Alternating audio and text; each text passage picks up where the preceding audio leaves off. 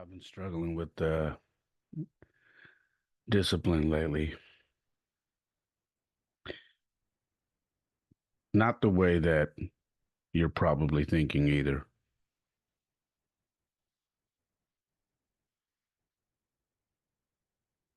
I've been struggling with having to stick to my discipline, to um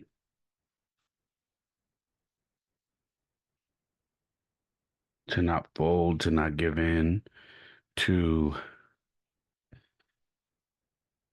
I don't even know if discipline's the right word, maybe morals, maybe respect for myself.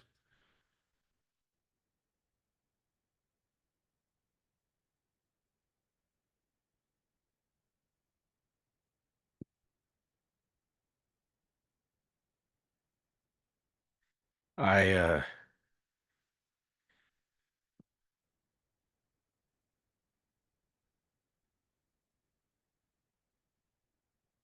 You're probably wondering what's going on, right?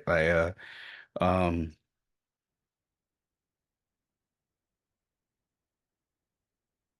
I'm just gonna speak from the heart on this one, man. Not that I never do that anyways, but I'm just gonna come from the heart on this one and tell you that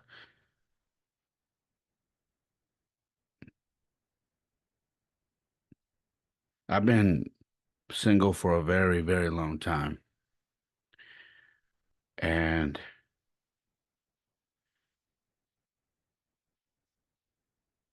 it is really, really difficult to find or meet somebody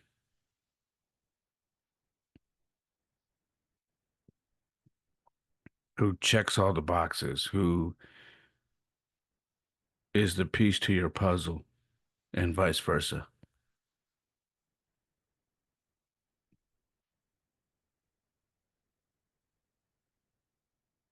I say that I've been struggling with my discipline because I'm refusing I'm refusing to fold on what what I feel like I deserve. I'm refusing to fold on things that I'm looking for.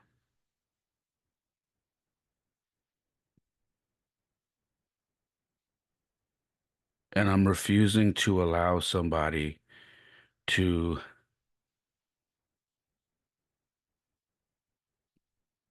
have me around for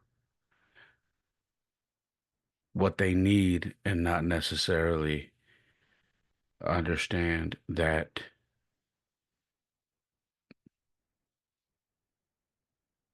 I'm not somebody who functions like that.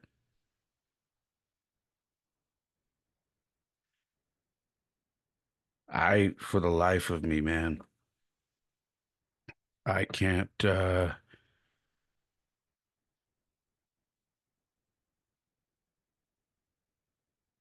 I cannot figure out this dating thing. I can't.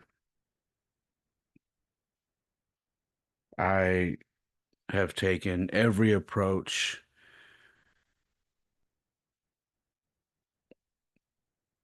that there is out there, and I've exhausted all of them, and I've gotten to a point where I just don't believe that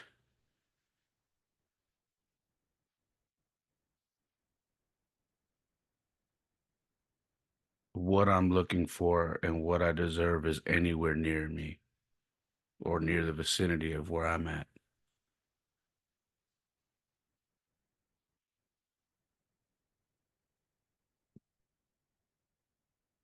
And that's hard to admit.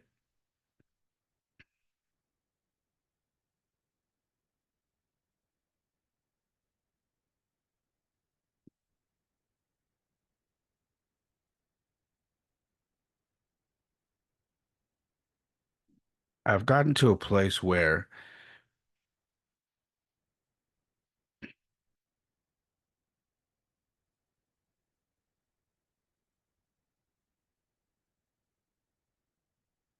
I have this picture in my head that I see. I shouldn't say picture, it's more like a movie where I see my grandfather. It's a mixture of movies, just all kind of playing together, blended in. And I see my grandfather, washing my grandmother's feet when she was in hospice.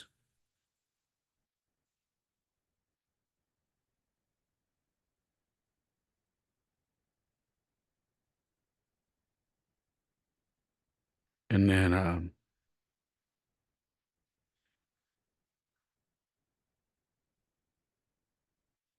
I remember my good buddy, the old gentleman, passed away some years ago. A man named Darn Lee. I got very close with him and his wife, and when I used to be part of this Puerto Rican club in San Jose, and I remember how much he loved her, and I would stop by his house. He lived downtown, and I would stop by his house from time to time to pay him a visit. He was retired for years, and I would just always check in on him and his wife to see how they're doing health-wise. And he would always come out and say, "Would you like a summer drink?" He was a bartender back in the day. So he always wanted to make a summer drink. And I said, "Sure." And we would sit out on this porch and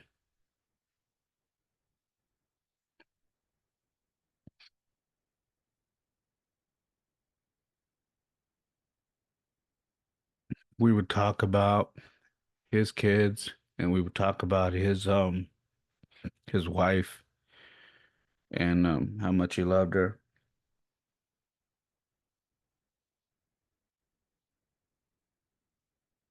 And they had a very similar love to what my grandmother and my grandfather had. And I was very envious of that. He passed away before she did, and it always worried me of how she was going to do because she was in a place where she really needed him, and his son had to come and move her out and take care of her. You know, Darnley told me something at the time I was dating this girl, and very very cool girl that I'm still friends with to this day. Um, and when we went to go see him in the hospital, she came with me, and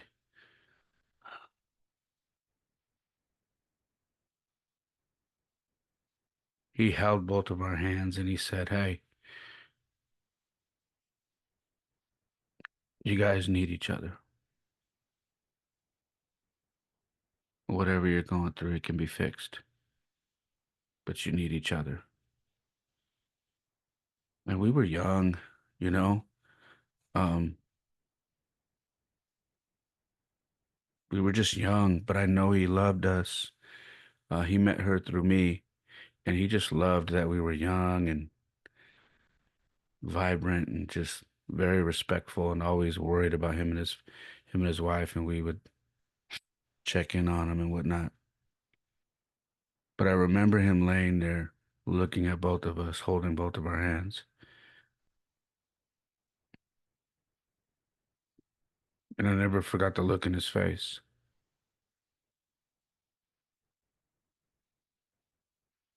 I referenced a movie a while back to somebody in the conversation, and it was a movie called Dream a Little Dream. And came out in the 80s, and the Coreys were in that movie, Feldman and Corey Haim. And this is when they were very young, they were kids. And in this movie, um,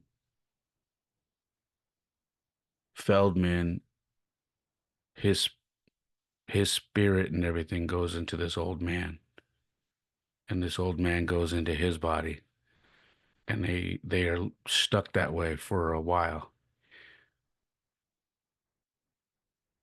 When they were normal, they didn't get along. The old man and him didn't get along. He was a young punk in the neighborhood, and the old man was a grumpy old man, didn't like him. But when they changed bodies, the old man was in his body, the teenage body, and he was in high school and dating this girl that Corey was actually dating for real, but now it's this old man in his body, so he was dating her, and uh, Corey was in the old man's body. And throughout the movie, they started to gain a respect for each other. They started to learn about their different lifestyles. And Corey, being in his body, um, learned about loving his wife and understanding um, what it's like to be an elder person, in love and living the way they live, and how to and how to respect that. And the old man was who was in Corey's body. Trust me, this is all going to make sense in a minute. He's young, but really spiritually, he's got that old man in his body. So he goes out with this beautiful young girl that Corey was already dating, had a crush on. And he starts doing these things like that he would do as an old man. Like they would go to a restaurant, like a really fancy restaurant, and they would eat food, and then there's no dance floor, but he would say, "Hey, do you want to dance?" And she'd like, "There's no dance floor here. Like, you want to dance? Nobody's dancing here." And he's like, "Who cares? We can make our own dance floor. Come on out and dance with me." And this is stuff that that old man would do with his wife. But now he's doing it with this girl who thinks it's Corey, but it's really not. But he's doing these things that an older gentleman would do, pulling out chairs, opening doors, being a gentleman, and just sweeping her off her feet.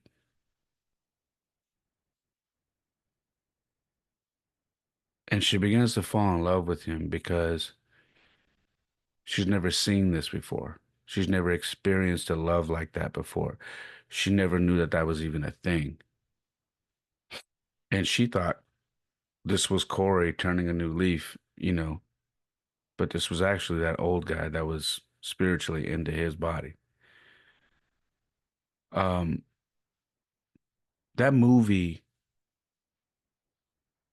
and that storyline stuck with me for years. Obviously, I'm still talking about it. But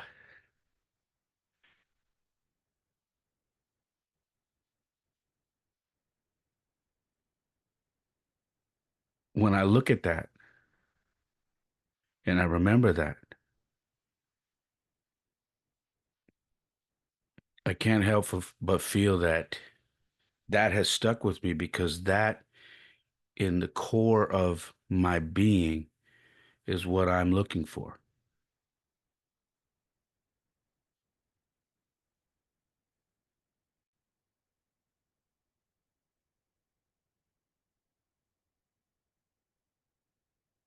I'm looking for a once in a lifetime type of love, type of relationship. And I don't know that it's out there, man.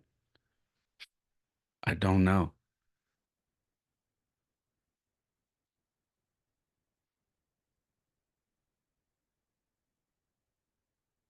I'm a huge Rocky fan. Anybody who knows me knows I love Rocky. That is my favorite movie of all time. That series is I just love it. I love Rocky. Uh, and I love the character of Rocky that Sylvester Stallone created. And I love the relationship he had with Adrian. I love how they met. I love how he was shy around her. I love that he was so attracted to her that she didn't feel very pretty, but he made her feel pretty. I love when he took her glasses off and he looked her in the eye and said, "You're the most beautiful thing I've ever seen." And she couldn't believe it.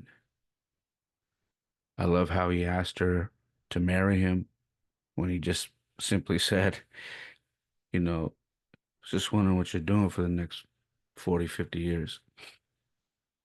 Just thinking if you wouldn't mind marrying me too much. I miss that. I've talked about having a simple life, but I miss the simplicity of love. I miss people being 100% direct. And if they feel something, they just say it.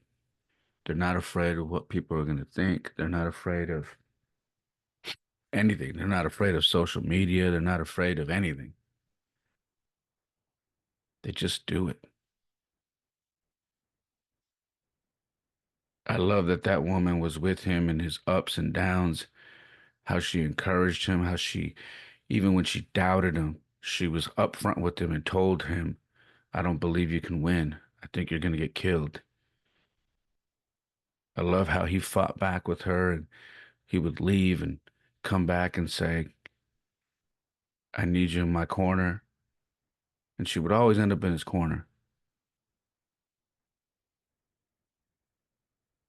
I love that when they lost everything, she was there and the love never changed.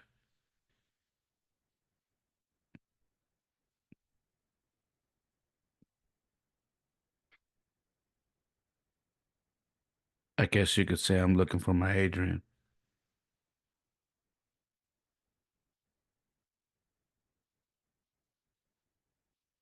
I shared a photo of him and her, and they were posing. He's sitting on the stairs, and she's over his shoulder, and he's kind of holding her like this. And they were really young.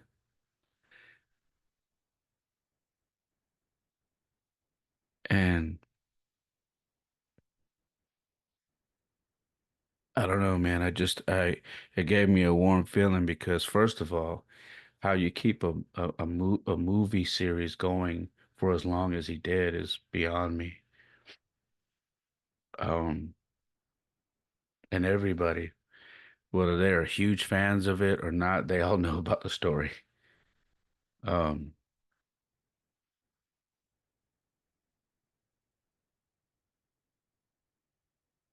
and most people are fans of it.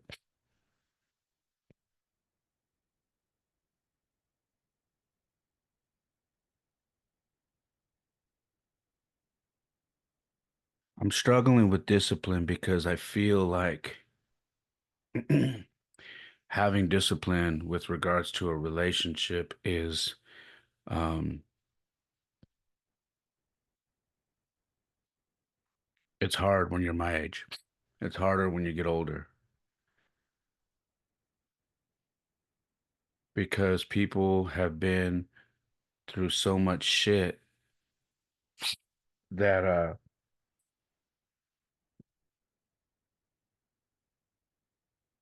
they're not sure if you're the real deal or they're not sure if they're ready.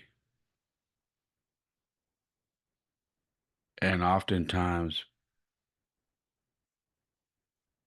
if you have a love like that, like the stories that I just told you, you scare them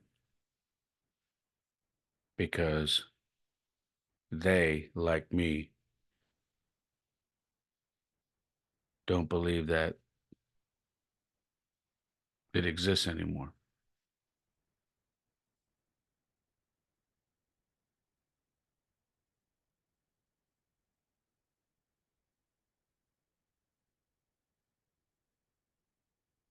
I can't for the life of me get myself to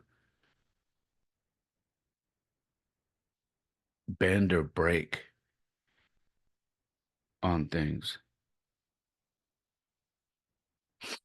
I'm not okay with giving people things their way, meaning if they're not ready for me sitting around being the friend. I'm not wired that way.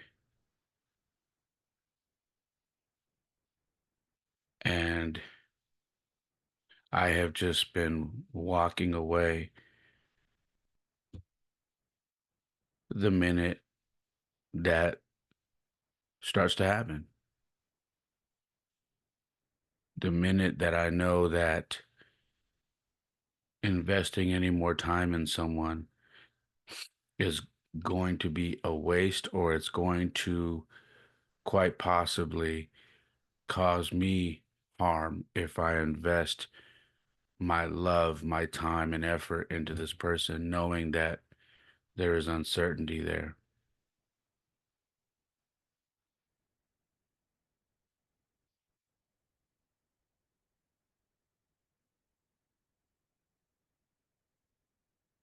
And I did it again.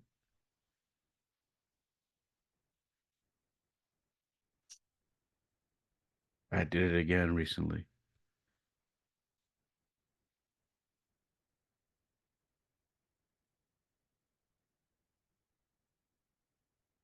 But I can't change who I am. I'm not willing to change the way I love. I'm not willing to change what I expect. I'm not willing to change what I'm willing to give. And I'm not willing to change what I'll take from somebody.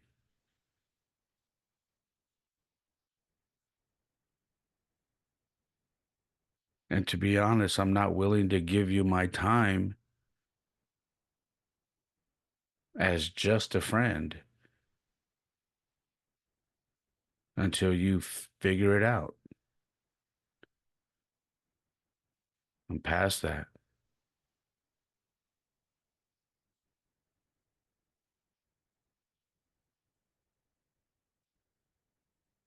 See, I live a very open, direct life. There isn't very much about me that I hide. I say what I mean and I mean what I say. And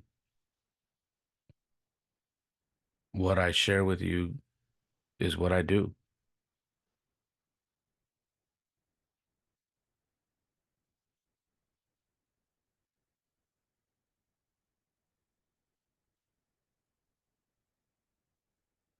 I love what I do.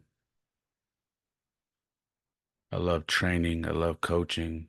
I love mentoring.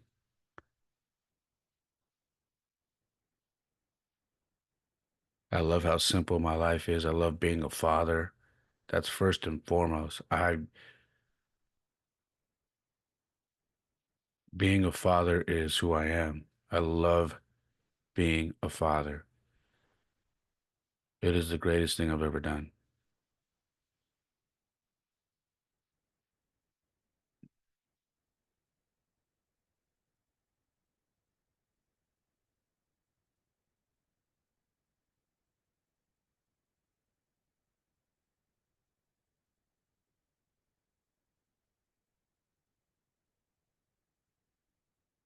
My kids haven't met anybody because I just can't get past that hump. And what I mean by it is I I refuse to take a chance of my kids meeting somebody and that person not being the one.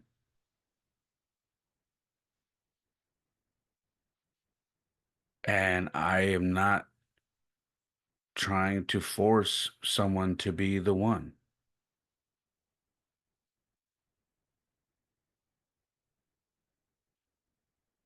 because it won't work. I'll know it deep in my heart. My kids will eventually know when they see us around each other. And the last thing I'll need is my teenage kids looking at me like, Dad, this is not going to work. We can see it.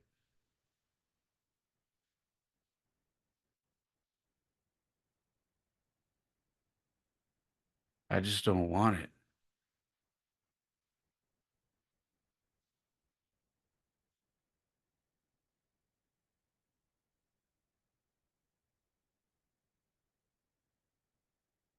The hardest part is I don't struggle meeting people. I meet people all the time,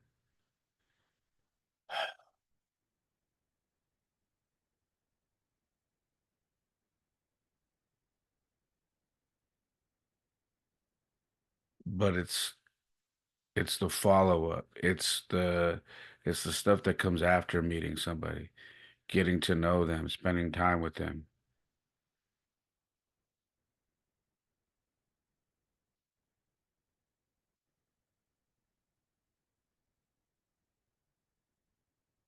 It gets difficult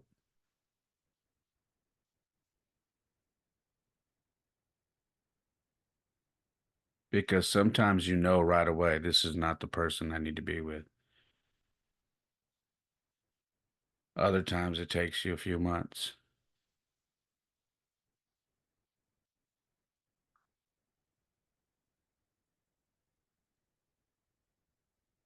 But never in my life have I been this careful about being in a relationship.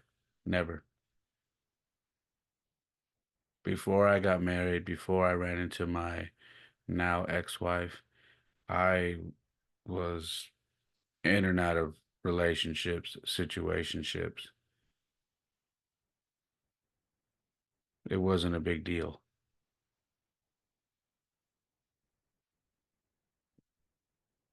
But after I got married and I had kids, my life changed.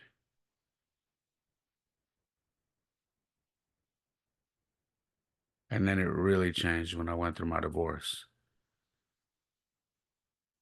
because you're just never the same after your divorce. I don't care who you are, you're just not the same person.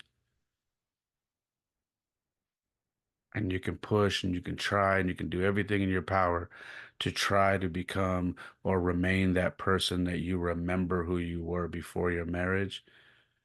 And I can tell you from firsthand experience, you are no longer that person. So you can try all you want, but good luck. You're not.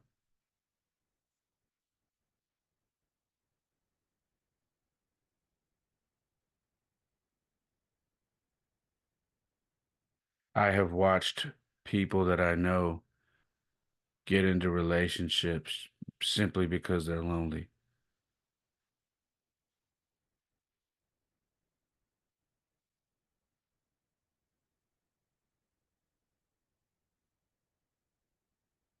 I have watched people I know get into relationship, have more kids with someone, and then not stay with them because they knew that they shouldn't have hooked up with them, and now they have kids and they're stuck.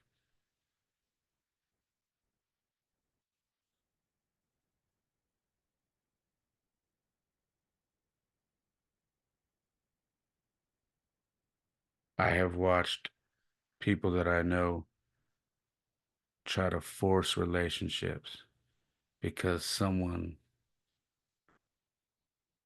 looks like the person they should be with or seems like. What I mean by that is this person's really pretty, this person's got great job, probably owns their own home. That's the person I should be with. So they force it. That don't work either.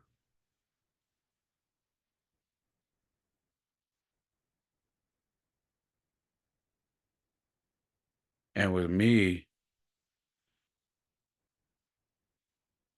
I'm just very brutally honest about my life.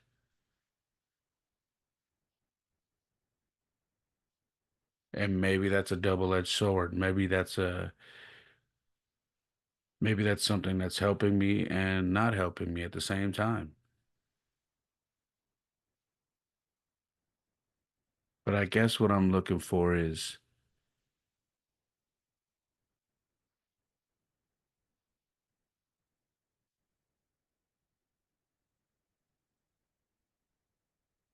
I want someone to look at me like, where have you been?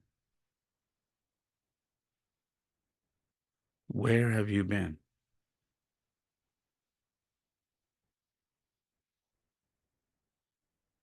My daddy would love to meet you. My mama would love you. Where have you been? How come I'm just finding you right now? And me looking at them like, are you for real?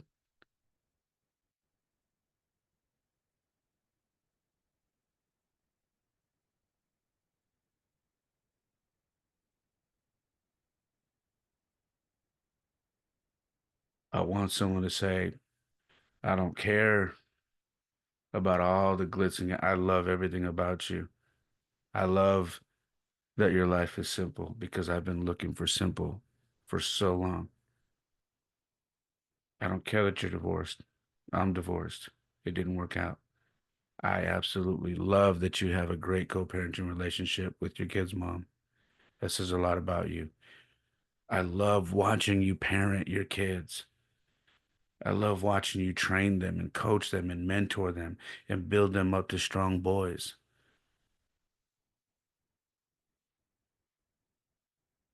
I love that you do all these things alongside them. And not only that, but you do it for tons of other kids,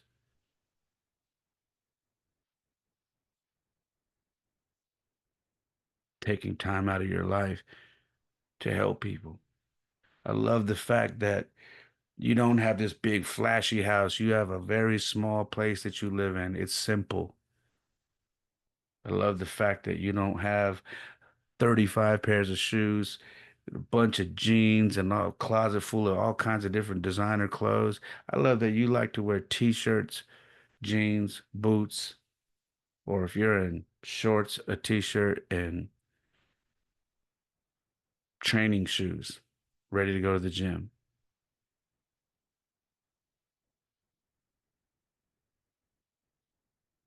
I love the fact that your refrigerator is a typical guy. It's only full when you got your kids, and when your kids ain't here, it's not full or stocked up because it's all going to go bad because you're not here. You're always coaching, you're always working, and you're always hustling. So why keep a refrigerator full if all of it's going to go spoiled?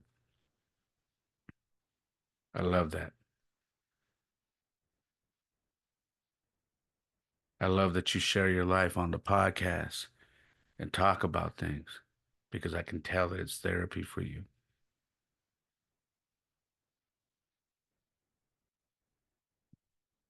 I love that you like to write. I enjoy going to your website and reading the writings that you put up there. I enjoy when you post pictures on your Instagram and you put a nice story to the photo that you put up. It always has something deep. It's always uplifting. It's always encouraging. I love that you wake up every morning and you say, thank you, Lord, for another day. And you share that with the world.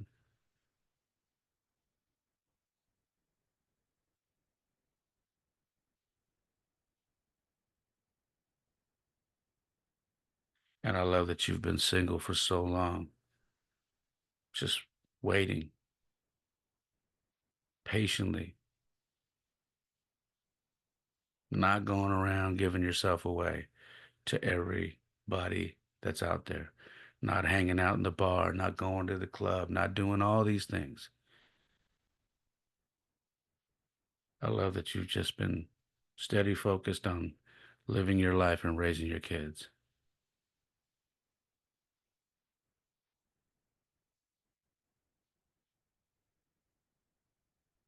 And I also love that you're not afraid to do things by yourself.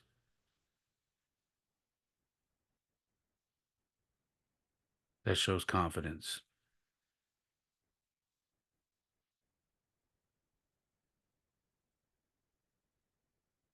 And I love how you can hold a conversation for hours. How when I'm not around, we can sit on the phone and just talk. Even when it gets silent, it doesn't feel awkward. I love that when you're not around, I can turn your podcast on and hear your voice.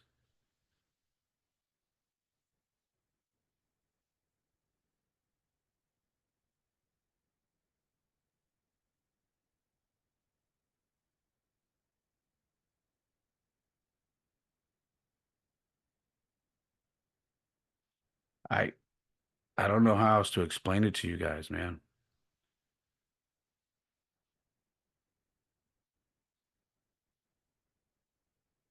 I All my faith is in God, and all I keep thinking is there's something else that he's got for me to do. There's something else that I need to do before that happens. But I gotta believe that one day she's gonna show up and she's gonna look at me like, "Where have you been?"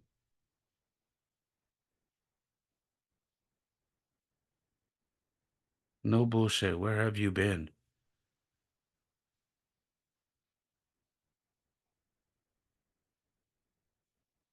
And I gotta believe that it's not on a fucking dating app.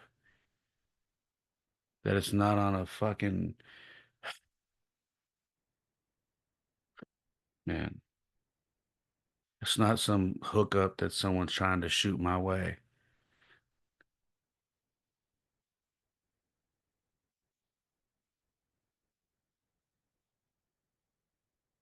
The shit is exhausting, guys. It's exhausting.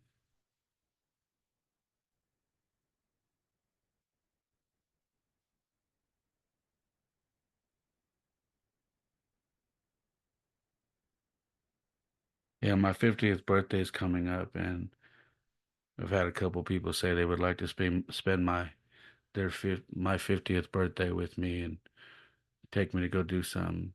And honestly, man, I'm just not into it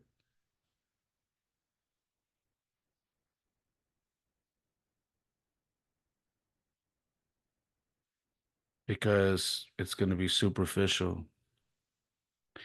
and it's not going to be what I want.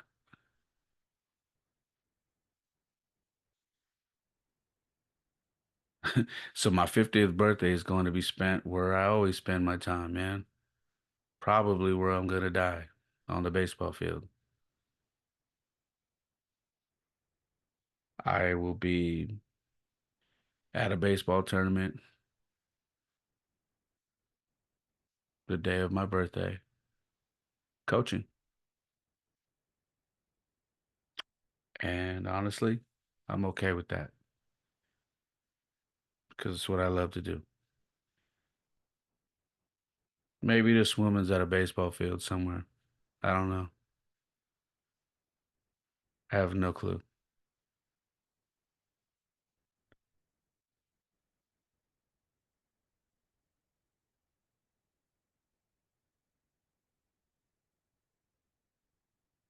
But I'm tired, man.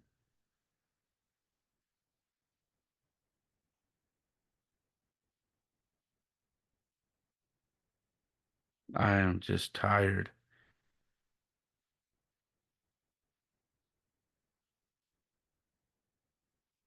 I don't think what I'm looking for is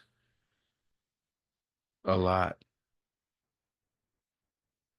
but I think because of my age and because of our age, because I don't want to date anybody that's not close to my age. I think people have gone through so much shit that it's very hard to believe when you run into someone like me.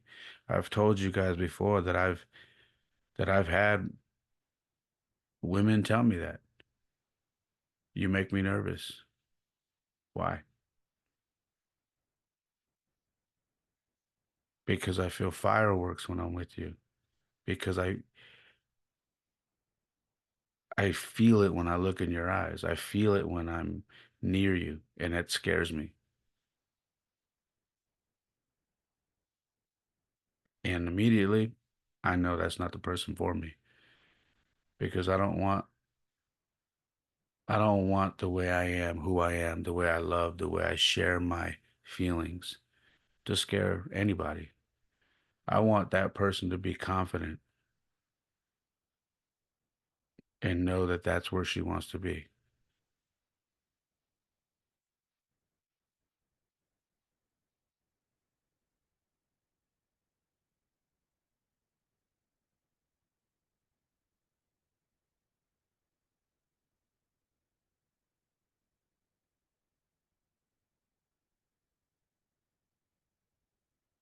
I don't know how long that's going to take.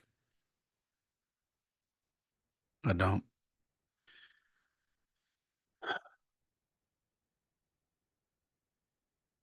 I always talk about timing.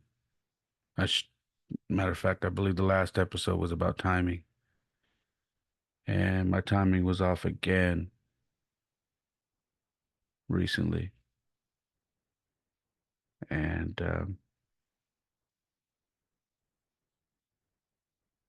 I just can't stick around, man, because I know what I deserve. I deserve more. You know what I mean? I can't be on someone else's clock. I deserve more. My kids deserve more.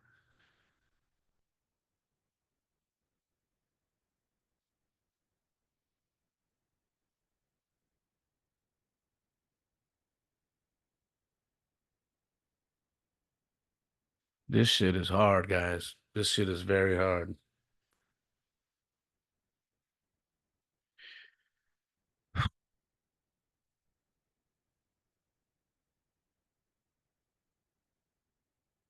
If you are in a relationship right now, maybe you're married, just make sure that you're still dating your wife, still in love with her, still telling her she's beautiful, still holding the door open for her, still opening, pulling the chairs out for her when she needs to sit down for dinner, still coming home excited to see her and the kids if you have kids, telling her you love her, telling her how pretty she looks even when she doesn't feel like she's pretty. And make sure that when she talks about you, she glows. Make sure that when she talks about you to her friends or to anybody that will listen, that she sounds so proud and honored to be by your side and to share life with you.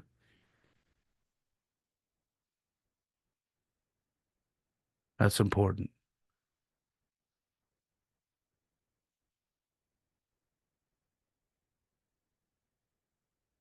There should never be a doubt.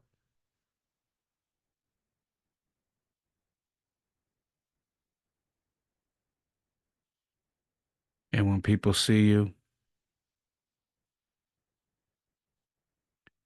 they should look at your husband like, damn, man, I envy that motherfucker, man. Not because her looks, but because she is locked into that man. And I want that for myself.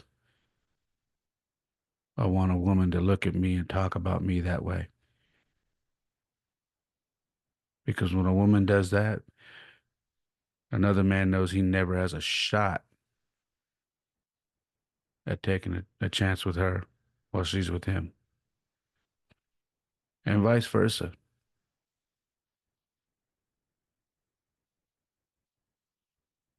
When women look at you as a man, they should know they don't have a shot in hell with you because you are so in love with the woman that's tucked under your arm.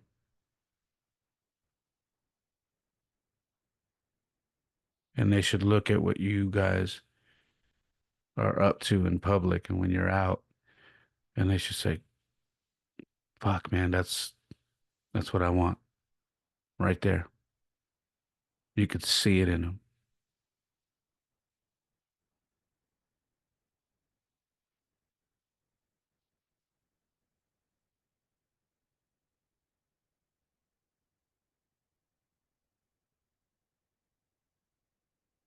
I won't settle, man. I won't settle. This isn't an easy road, but it's one that I'm willing to travel because I know what I want. I know what I deserve.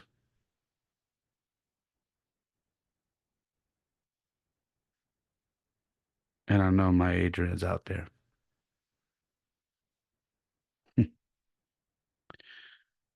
That's all I got, guys.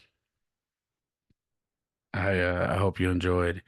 And if there's something in this episode that you think someone should hear, please share it.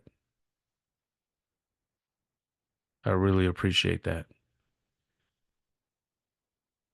That's all I got time for today. Like I always say, my life isn't perfect. Oftentimes it is a mess, but for me, it is the perfect mess. Peace.